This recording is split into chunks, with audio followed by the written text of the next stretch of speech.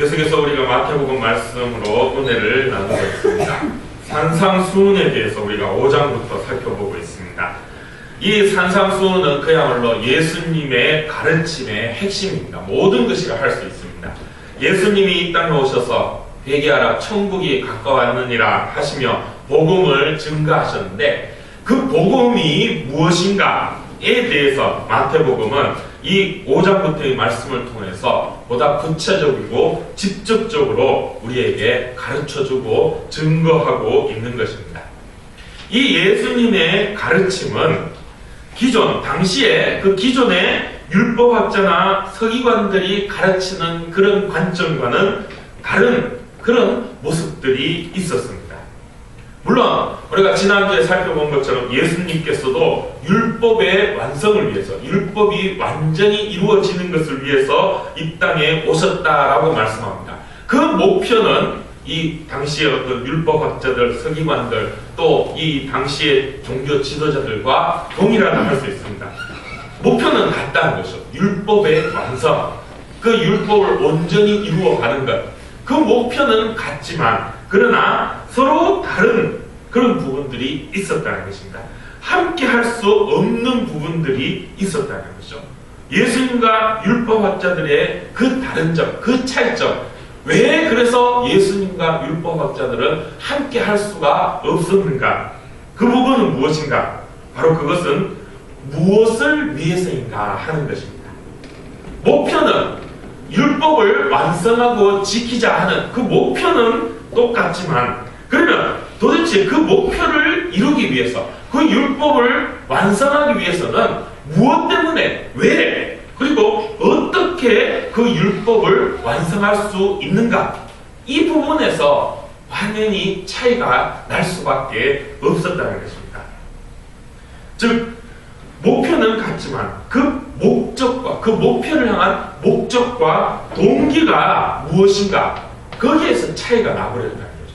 그래서 예수님과 당시의 율법학자들, 서기관들, 바리새인들 같은 그런 종교 지도자들이 함께 할 수가 없게 되었다는 것입니다. 참된 신앙은 바로 이것입니다. 즉 목적과 동기가 바로 서야 하는 것입니다. 하나님이 원하시는 것은 목표 달성이 아닙니다. 하나님이 원하시는 것은 뭐를 가도 서울만 가면 된다 해서 서울만 가면 되느냐? 그게 아니라는 거죠. 하나님이 원하시는 것은 어떻게 가느냐? 그리고 왜 가야 되는가? 그것에 대해서 분명한 인식이 있어야 된다 하는 것입니다. 즉 목표는 하나님이 달성해 주시는 것입니다. 이 속담처럼 서울로 간다. 하나님이 가게 해주신다는 거죠. 그러면 왜 내가 서울에 가야 되고 또 어떻게 서울로 가야 되는가?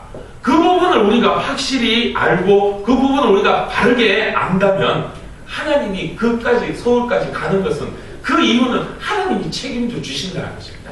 이게 바로 우리의 믿음인 것입니다. 이 문제가 아니라 왜, 어떻게, 그것이 문제라는 것이죠. 목표, 무엇을 향해 가는가, 그게 중요한 것이 아니라 왜 가야 되고 어떻게 가야 되는가 하는 그 목적과 동기, 이것이 분명해야 된다는 것입니다. 우리는 바로 이 부분을 분명히 생각하고 이 부분을 바로 세워가야 한다는 것입니다. 이게 바로 우리의 믿음인 것입니다. 그런데 이 바리새인들, 율법학자들, 서기관들이라 얘기하는 당시의 그 종교 지도자들은 이 왜 그리고 어떻게 라는 부분에서 예수님과는 완전히 다른 그런 모습을 갖게 되었다는 것입니다. 어찌됐든 일단 서울만 가면 된다라는 그런 목표가 있었다는 것이죠. 그러다 보니 예수님과 함께 할 수 없고 그 예수님을 시기하고 또 그 예수님을 심지어는 나중에는 죽이려고 하기까지 하였던 이유가 바로 거기에 있다는 것입니다. 서기관 바리새인으로 대표하는 당시의 그 지도자들, 그들은 이 목적과 동기가 예수님과 달랐는데 그러면 그들의 그 목적과 동기, 그들은 그럼 왜 그들은 율법을 지키려고 했고 무엇 때문에 어떻게 율법을 지키려고 했는가? 그들의 생각하는 그 목적과 동기는 무엇인가? 그것은 바로 내가 중심이었다는 것입니다. 바로 그 부분에서 예수님과 달랐다는 것입니다. 그들의 동기와 목적은 바로 내가 되었다는 것입니다. 내가 잘되고 내가 복받고 내가 구원받기 위해서 율법을 지키는 것이다. 어찌 보면 맞는 말이죠. 우리도 그런 신앙생활을 하죠. 그런데 그게 아니라는 것입니다. 예수님은 그게 아니라고 말씀하고 계십니다. 그 신앙, 그 중심은 바로 내가 있기 때문에 그것은 아니라는 것입니다. 하나님과 율법은 그렇게 내 중심에서 내가 원하는 바를 이루기 위한 도구로 전락시켜버리는 것이 바로 이런 신앙, 당시의 그 율법학자들, 서기관들이 생각하는 그런 믿음의 모습이었다는 것입니다. 내가 복받기 위한 그런 도구로 하나님과 율법을 사용하고 이용하게 되는 그런 믿음일 수밖에 없다는 것입니다. 예수님 바로 그 부분을 지적하신 것이죠. 그리고 예수님은 그게 아니라고 말씀하고 계십니다. 그동안의 믿음이 그래서 잘못되었다라고 말씀하고 계시는 것입니다. 산상수훈은 그런 예수님의 가르침을 집대성한 것입니다. 사실 지금의 우리들도 생각해보면 뭐가 잘못되고 뭐가 틀렸는지 사실 찾아내기 판단하기 힘듭니다. 우리가 지금 성경을 우리가 읽으면서 특히 신약의 이 복음서를 읽으면서 보면 예수님은 언제나 어디서든지 바리새인들, 서기관들, 율법학자들을 그렇게 야단치시고 뭐라 하고 심지어 그들에게 막 저주를 붓고 독사의 자식들아 얘기를 합니다. 그런데 사실 우리는 왜 예수님이 그들을 그렇게 저주했는가 이런 생각을 우리 갖게 됩니다. 왜 그들이 도대체 뭘 잘못했길래 뭘 그렇게 잘못한 게 있어서 예수님은 그들을 그렇게 저주하시고 또 왜 그들은 그렇게 예수님을 그야말로 막 잡아먹을 듯이 그야말로 예수님을 막 죽일 듯이 그렇게 죽이려고 덤벼들고 그 예수님을 쫓아다녔는가? 도대체 뭐 때문에 그렇게 달라졌는가? 사실 이 율법학자들, 바리새인들, 서기관들 보면 정말 이 인간적인 입장에서 보면 철저하게 거룩하고 정말 어떻게 보면 정말 바른 신앙을 가진 사람들이라고 할 수 있습니다. 얼마나 철저한 율법을 지켰는지 이 주일날 주일을 지키는 것도 이 걸음을 몇 발자국 걷는가 그게 일인가 아닌가 그런 걸 따질 정도로 그렇게 철저하게 율법을 지키려고 했던 사람입니다.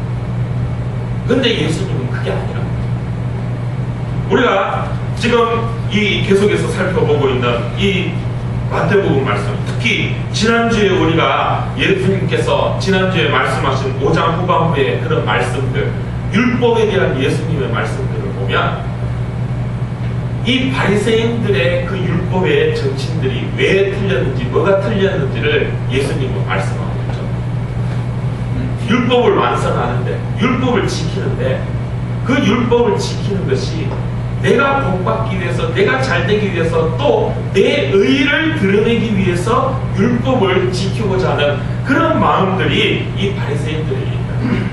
자세히 살펴보면 그냥 보면은 거룩한 하나님의 지도자들, 거룩한 하나님의 종들이구나 라고 생각할 수 있지만 자세히 그 속을 들여다보고 자세히 그 중심을 살펴보면 자기의 의를 내가 그래도 이만큼 하는데, 내가 이렇게 하는데, 내가 이 정도 하니까 하나님이 나에게 복 주시고, 내가 이 정도 하니까 하나님이 나와 함께 하시고, 내가 이 정도 하니까 너희들보다 내가 더 하나님 앞에 가까이 나가고 내가 더 하나님의 복을 받은 사람이다.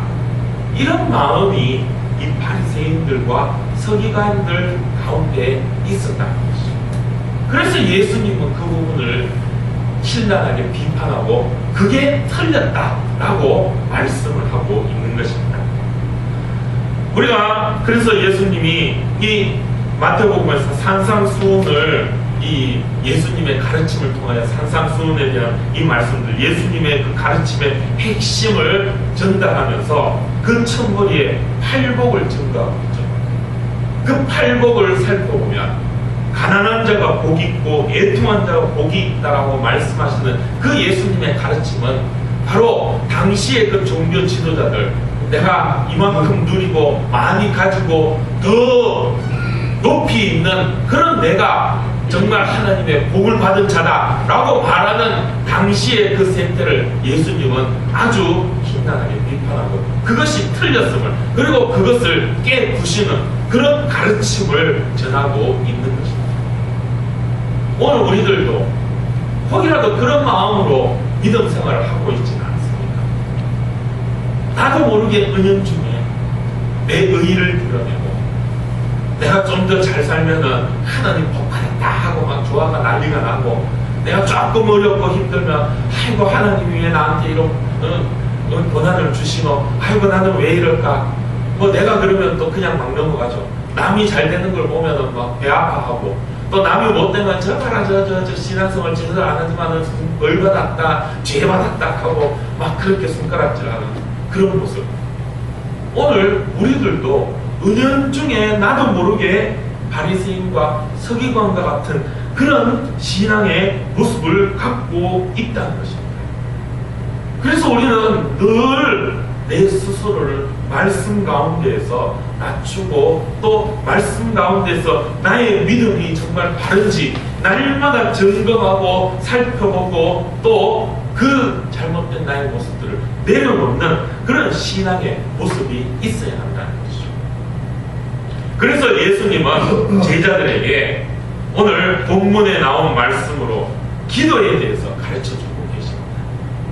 이 예수님이 가르쳐주신 기도, 우리가 흔히 주기도문이라 하는 이 기도의 내용은 바로 역시 이 산상수훈이 예수님의 가르침을 집대성한 것 같지만, 그 산상수훈 가운데에서 핵심이 바로 이 주님이 가르쳐주신 기도를 할 수 있습니다. 이 주기도문이 바로 예수님의 복음의 핵심이라 할 수 있다는 거죠. 왜 그러느냐? 이 기도문은 당시에 많이 있었습니다. 이 기도문은 당시 신앙생활에 많은 곳에서 기도의 문들, 기도하는 내용들, 기도의 그런 어떤 이 양식들이 많이 있었습니다. 그 이유가 무엇이냐? 우리가 당시에 랍비라는 스승들이 있죠. 이 성경을 가르치고 지도하는 종교 지도자들이 당시에 있었습니다. 바리새인, 서기관 이런 사람들이 사실은 그 랍비입니다. 스승이라는 선생님들입니다. 그래서 이 성경에 보면 어떤 사람들이 예수님 앞에 나올 때 예수님을 부를 때 선생님, 선생이시여 라고 부르는 그런 우리가 말씀을 보게 됩니다. 그게 원어로 보면 랍비어라는 것입니다. 선생님 가르쳐 주십시오 하고 찾아옵니다. 예수님도 바로 당시에 그런 율법학자와 서기관들과 같은 가르치는 선생으로 당시 사람들이 생각하고 그런 가르침을 받고자 오고 있다는 것이죠. 그런데 그런 이제 유명한 그런 선생님들이 있습니다. 우리가 바울 하면은 이 바울이 자기의 어떤 그런 육적인 부분을 자랑할 때 내세우는 게 있죠. 내가 이 그 가말리엘의 문화에서 배웠다라고 자랑하는 그 가말리엘, 그 사람도 역시 그런 이 율법을 가르치는 이 그 스승 중에 한 명이었는데, 당시에 아주 유명한 그런 스승 중에 한 명이었다. 즉 요즘 우리나라로 치면 이 유명한 대학과 같다는 거죠. 서울대, 연세대, 고대, 그리고 뭐 대구 같으면 뭐 경대, 연대, 계대 뭐 이런 대학교들이 쭉 있지 않습니까? 그죠? 그러면 그 대학교에 딱 가면은 이 대학교 정문이나 아니면은 대학 그 본부 가장 그 중심이 되는 건물 같은 데 가보면요, 거기에 보면 교훈 같은 게 있습니다. 그리고 또 뭐 교육 철학, 뭐 교육 인형 하면서 그런 거 막 간판이 많하게 해갖고 막 탁 붙여놓는 게 있습니다. 그게 뭐냐? 우리 학교는 이런 교육 목표를 가지고 갑니다 라고 합니다. 뭐 하다못해 대학교 아니라 요 앞에 초등학교, 뭐 여기 뭐 강북초등학교, 운암초등학교 이렇게 가다 보면 초등학교에도 보면은 건물에다가 뭐래야 막 하죠. 이 초등학교는 뭐 바르고 뭐 정직하게 자라나는 어린이 하면서 막 그런 걸 막 붙여놓죠. 그게 뭡니까? 우리 학교는 이런 교육을 합니다 하는 것을 지향하고 있는 거죠. 나타내고 드러내는 거죠. 이 당시 예수님 당시에도 마찬가지랍니다.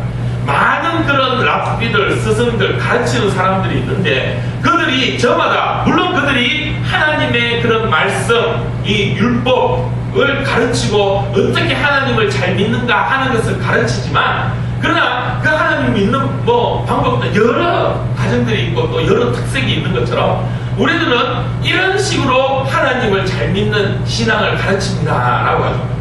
교회마다 우리도 지금 교회들도 많은 교회들이 있지만 그 교회마다 또 이렇게 약간씩 물론 복음을 가르치고 예수님을 가르치고 신앙을 가르치지만 그 조금씩 그 색깔이 다른 것처럼 당시에 그 스승들도 자기들이 가르치는 어떤 그런 모양이나 지향점들에 따라 그런 말하자면 교육 철학이나 이념 그런 게 있다는 거죠.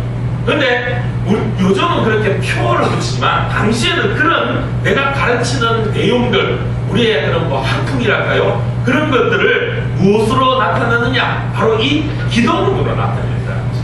그래서 유명한 스승들 가르치는 학교들마다 각각의 자기들의 그런 어떤 이 교육 철학 이런 것들을 기도문 가운데 많이 담아두고 있다는 것입니다. 그래서 제사장들마다 아니면 서기관들마다 가르치는 그런 사람들마다 저마다 자기의 그런 기도문들을 갖고 있습니다. 그래서 유명한 기도문들 이런 것들은 많은 사람들이 그것을 마음속에 외우고 또 그것을 기도할 때마다 그것을 되새기며 또 그렇게 그것으로 기도하는 그런 모습들이 있었다는 거죠. 오늘 마태복음을 보면 예수님이 그냥 제자들에게 가르쳐 주시는 것처럼 그렇게 말씀을 하고 있지만 이 누가복음의 이 주기도문에 대한 말씀을 살펴보면 누가복음에서 좀 더 자세히 나옵니다. 제자들이 예수님에게 와서 예수님 우리에게도 기도문을 가르쳐 주십시오 라고 요구하는 것으로 되어있습니다. 거기에 보면 제자들이 저 세례 요한도 제자들한테 기도문을 주고 가르쳐 주고 있는데 우리도 예수님 기도문을 좀 가르쳐주고 우리에게도 기도를 가르쳐 주십시오 라고 찾아오는 걸 보게 됩니다. 왜 그러냐? 이 제자들조차도 예수님을 쫓아다니면서 예수님한테 배우고 있지만 자기들이 도대체 배우는 게 뭔지를 잘 모르고 있다는 거예요. 예수님을 그렇게 쫓아다니면서 그렇게 예수님의 말씀들을 듣고 배우면서도 도대체 우리가 배우는 게 뭔가 하고 지금 뭔가 확실한 게 자기들 머릿속에 남지 않는다. 그래서 예수님에게 도대체 우리가 배우는 게 예수님이 가르쳐 주시고자 하는 핵심이 뭡니까? 하는 것을 요구하는 게 바로 기도문입니다. 그래서 주기도문은 그런 예수님의 그 가르침의 핵심이라고 할 수가 있다는 거죠. 우리가 매일같이 외우며 예배 시간마다 우리가 외우는 이 주기도문이 바로 그런 내용이 있다는 것입니다. 그래서 우리는 주기도문을 대하며 주님이 가르쳐 주신 이 기도의 내용들을 우리가 외우고 고백할 때마다 예수님이 가르친 예수님이 우리를 통하여 이루시고자 하는 그런 천국의 복음이 무엇인지를 늘 우리는 머릿속에 생각하고 늘 우리가 거기에 집중하면서 이 주님이 가르쳐 주시는 이 기도의 내용들을 우리가 고백하며 외워야 된다. 그냥 주문 외우듯이 주물주물 외우면 안 된다. 오늘 본문에서 나온 것처럼 이방인과 같이 주문구원하는 게 바로 그런 거예요. 의미도 없이 그냥 입으로만 주물주물하는 그런 주기도문이 되어서는 안 된다. 특정 종교를 얘기해서 죄송하지만 우리 속담 가운데 그런 게 있어서 언급을 하자면 마치 중영부를 하듯이 하면 안 된다는 것입니다. 그게 어떤 의미가 있는지 어떤 내용인지 그런 것도 생각하면 입만 그냥 이렇게 중얼중얼 거리는 그런 기도가 되어서는 안 된다는 거죠. 우리 신앙이 그런 신앙이 되어서는 안 된다는 것입니다. 예수님이 또 지적하는 이 바리새인, 이 율법학자들 내 중심의 신앙이 되어버리면 바로 그런 껍데기뿐인 신앙이 될 수밖에 없다는 것입니다. 입만 그냥 달싹달싹거리고 그냥 그렇게 하는 척만 하는 그런 신앙이 될 수밖에 없다는 것이죠. 그래서 예수님은 주님이 직접 그 기도의 내용들을 가르쳐주면서 예수님이 추구하시고 원하시는 그리고 그 예수님을 통하여 이루시고자 하는 하나님의 뜻이 무엇인지를 오늘 제자들에게 그리고 우리들에게 말씀하고 있는 것입니다. 그 첫머리에 예수님은 9절에 보면 하늘에 계신 우리 아버지여라고 고백하고 있습니다. 예수님의 가르침의 제일 첫 번째, 제일 핵심은 하나님을 아버지라 부르는 것입니다. 우리는 하나님을 늘 아버지라 부릅니다. 하나님 아버지, 아버지여, 기도할 때마다 주여, 아버지여 하고 부릅니다. 그런데 이 아버지라 부르는 것, 하나님을 아버지라 부르는 것, 당시 예수님 시대에는 있을 수가 없는 일입니다. 어찌 감히 하나님을 아버지라 부르는, 그야말로 이 십계명 제1계명 계명의 첫 번째 계명을 어기는 하나님의 이름을 망명되이 일컫는 것이 바로 이 부분입니다. 당시에 유대인들은 이 하나님의 이름조차도 함부로 안 불렀습니다. 하나님 하는 이런 이름조차도 이 거론하기 힘든, 그래서 하나님을 하나님으로 부르지 못할 적이었습니다. 우리가 지금은 성경을 보면 여호와 하나님 여호와 뭐 이렇게 우리가 여호와라는 하나님의 이름을 우리가 부르지만 당시의 유대인들은 그 이름조차도 부르지 못했습니다. 사실 이 여호와라는 이름조차도 이 분명한 하나님의 이름이 아니라는 것이죠. 왜냐? 당시에는 하나님의 이름을 부르는 것조차도 이렇게 함부로 부를 수가 없어서 이 모음을 다른 걸로 바꾸었습니다. 그러다 보니까 이 발음이 사실은 여호와도 분명한 하나님의 이름의 발음인지 알 수가 없어요. 이 바벨론 포로를 지나면 나라를 잃고 말을 잃어버리면서 이 유대인들이 글자는 남았는데 말이 없어져서 어떻게 읽는지를 몰라서 그냥 뭐 이 대충 여호와라고 하지 않았을까 해서 여호와라고 부르지만 실상 하나님의 분명한 이름은 지금도 정확하게 어떻게 부르는지 알 수가 없어요. 그럴 정도로 유대인들은 하나님이라는 이름조차도 함부로 입에 담기 힘들어합니다. 어떻게 보면 참 거룩하다 할 수 있죠. 그런데 다른 한편으로 생각해보면 그만큼 하나님과 거리가 멀다는 것입니다. 하나님은 그만큼 저 멀리 계셔서 감히 하나님 이름도 부르기 감히 하나님이라고 얘기하기도 힘든, 그래서 하루 종일 하나님조차 부르지도 않는 그런 신앙이 되어버렸다는 거죠. 그런데 예수님은 그게 아니라 하나님은 우리의 아버지라는 것입니다. 아버지라 부르며 늘 우리가 하나님을 가까이 하고 그 하나님을 찾아가고 하나님을 부르는 그런 신앙이 되어야 한다는 거죠. 심지어 예수님은 아버지라고 부르는 것뿐만 아니라 아빠라고 부르라고 또 아빠라고 부르고 계십니다. 우리가 잠깐 아바 아버지 할 때 그 아바, 이게 우리말로 아빠라는 것이에요. 하나님은 심지어 예수님은 심지어 하나님을 아빠하고 부르라는 것입니다. 아빠하고 부르고 찾아가라는 것입니다. 아빠라는 우리 여기 여러분들 우리 집사님, 장로님, 권사님들은 어떻습니까? 아빠라고 불러본 적이 언제 있습니까? 아마 제가 보기에 평생 아빠라고 불러보지 않은 분들도 많으실 것입니다. 그렇죠? 예. 뭐 우리 이 어른 세대들은 이 아빠라는 말을 감히 아버지 앞에서 어떻게 아빠, 그죠? 그렇게 부를 수 없죠. 저 같은 경우에는 저희 아버지가 중학교 들어가기 전까지는 아빠라 부르라고 허락해 주셨습니다. 저희 아버지도 참 엄한 분이셔갖고 초등학교 때까지는 아빠라 부르게 해갖고 제가 초등학교 때는 그냥 아빠 했는데 중학교 올라가면서 이제부터는 너도 이제 컸으니까 아빠라 부르지 말고 아버지라 불러라 해갖고 그때부터 제가 아빠를 아버지라 부르기 시작.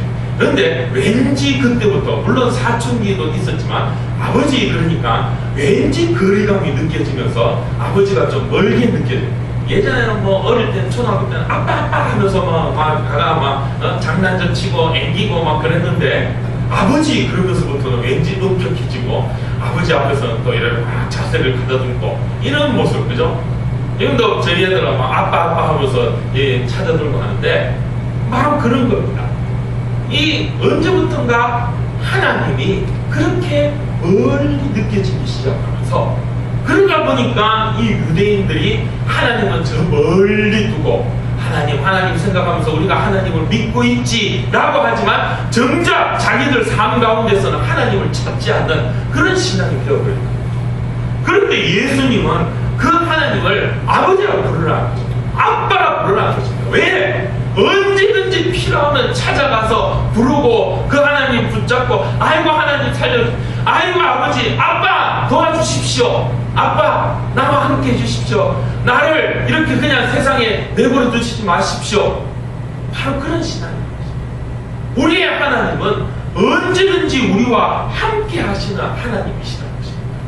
아빠 하며 부르면 언제든지 오냐 어디 있냐 아이고 내 아들 내 딸 어디 있느냐 하며 우리에게 찾아와 주시고 우리와 함께 하시기를 기뻐하시는, 그래서 우리의 재롱을 보고 아이고 기특하다 하며 우리를 머리를 쓰다듬어 주시고 때로는 우리를 안아주시고 또 우리가 잘못할 때는 야단도 치시고 또 매를 들어서라도 우리를 바른 길로 인도하시고 이끌어 주시는 바로 그런 아버지, 그런 아빠, 우리의 하나님은 그런 하나님이시라는 것입니다. 예수님이 우리에게 말씀하시고 가르쳐 주시는 그 신앙은 바로 이런 신앙입니다. 저 멀리 하늘 꼭대기에 계시면서 너희들 우애하는가 보자, 너희들 잘해야지 내가 복 주지, 너희들 잘못하면 내가 몰라 하는 그런 하나님이 아니라, 너희들 한번 잘해봐라 하고 팔짱 끼시며 그렇게 구경만 하시는 하나님이 아니라 언제라도 하나님 아버지 아빠 하고 부르면 어디 있느냐 하면서 언제든지 찾아오셔서 우리를 이끌어 주시고 넘어지면 일으켜 세워 주시고 자빠져서 깨지면 상처를 치료하여 주시고 아파하면 같이 눈물 흘리며 아파해 주시며 힘없을 때 힘을 주시고 배고프면 먹을 걸 주시고 또 잘못할 때 그 잘못을 깨닫지 못하면 야단쳐 주시고 때로는 매를 들어서라도 우리를 바른 길로 인도해 주시고자 늘 우리와 함께 하시며 우리에게 은혜와 사랑을 베풀어 주시는 우리의 하나님은 바로 그런 하나님이심을 예수님은 우리에게 가르쳐주고 계신다는 것입니다. 바로 그것이 우리의 믿음인 것입니다. 내 중심이 아니라 하나님 중심의 믿음은 바로 그런 믿음인 것입니다. 그 하나님이 나에게 찾아오셨다는 거죠. 예수님을 통하여 나에게 찾아오셔서 이제 우리는 그 예수님 때문에 하나님을 아버지라 부르고 아빠라 부르며 언제 어디서든지 그 하나님의 은혜를 누리며 살아가는 그런 귀한 존재가 되었다는 것입니다. 우리의 삶 가운데 지금 이 교회, 이 예배당에서 이 예배드리는 이 시간만 우리와 함께 하시는 하나님이 아니라 이 예배를 마치고 돌아가는 그 길 가운데에서도 집에서 쉬는 그 순간 가운데서도 내일 또 일터로 나가 일하는 그 순간 가운데서도 언제 어디서든지 우리와 함께 하시는 그런 하나님이시라는 것입니다. 유대인들은 그 하나님을 성전에만 가둬두어 버렸습니다. 그 하나님을 성전 가장 깊숙한 그 지성소에만 가두어두고 하나님은 거기 계신 하나님이고 우리는 지금 이 삶에서 그냥 살아가는, 그래서 그 하나님 만나보려면 저 성전 가야 되고 뭐 여기는 그냥 우리끼리 사는 거, 그러니까 하나님은 저 멀리 계시니까 우리는 우리대로 그냥 우리 알아서 살면 된다 하는 그런 신앙을 가졌죠. 그러나 주님은 오늘 우리에게 우리의 하나님은 그렇게 성전에만 계시는 그런 하나님이 아니라, 아니 그 성전, 내가 성전이 되어서 그 하나님이 나와 언제 어디서든지 늘 함께하고 기쁠 때에도 슬플 때에도 힘들 때에도 어려울 때에도 정말 내가 삶 가운데에서 지쳐 쓰러져서 더 이상 어떻게 살아야 될지 모르겠고 정말 차라리 이렇게 살 바에는 그냥 차라리 확 죽어본 게 낫겠다 싶은 그 순간에도 아니야, 내가 너에게 힘을 줘, 아니야 그래도 다시 한번 일어서 보자, 다시 한번 해보자, 다시 한번 가보자, 내가 너와 함께 하자, 내가 너를 일으켜 세워줄게, 내가 너에게 힘을 줄게, 내가 있잖아. 그렇게 위로하여 주시고 힘 주시는 하나님이십니다. 그 하나님이 오늘 우리와 함께 하시는 것입니다. 하나님을 아버지라 부르며 아빠라 부르며 나와 함께 하시는 그 하나님과 동행하는 그런 믿음의 삶을 살아가는 그런 은혜와 사랑을 풍성히 누리며 살아가는 이 세상 나 혼자 있는 것이 아니라 하나님이 늘 함께 하심을 믿는 그 믿음 가운데서 새 힘을 얻을 수 있는 그런 저와 여러분 우리 모두가 되시기를 주님의 이름으로 축복합니다. 기도하겠습니다. 하나님 아버지 은혜를 감사합니다. 하나님을 아버지라 부르며 아빠라 부르며 주님 앞에 이렇게 나와 기도할 수 있게 하여 주심을 감사합니다. 그 하나님의 은혜, 그 하나님의 사랑 풍성히 누릴 수 있는 우리의 삶이 되게 하여 주시옵소서. 언제 어디서든지 나와 함께 하시는 하나님이신 줄 믿고 그 하나님으로 인하여 세상 가운데서도 믿음으로 승리하는 새 얻는 정말 그 하나님 은혜로 율법을 완성하며 살아가는 빛과 소금이 되는 우리의 삶이 되게 하여 주시옵소서. 함께하여 주실 줄 믿사오며 우리 주 예수님의 이름으로 기도드리옵나이다. 아멘.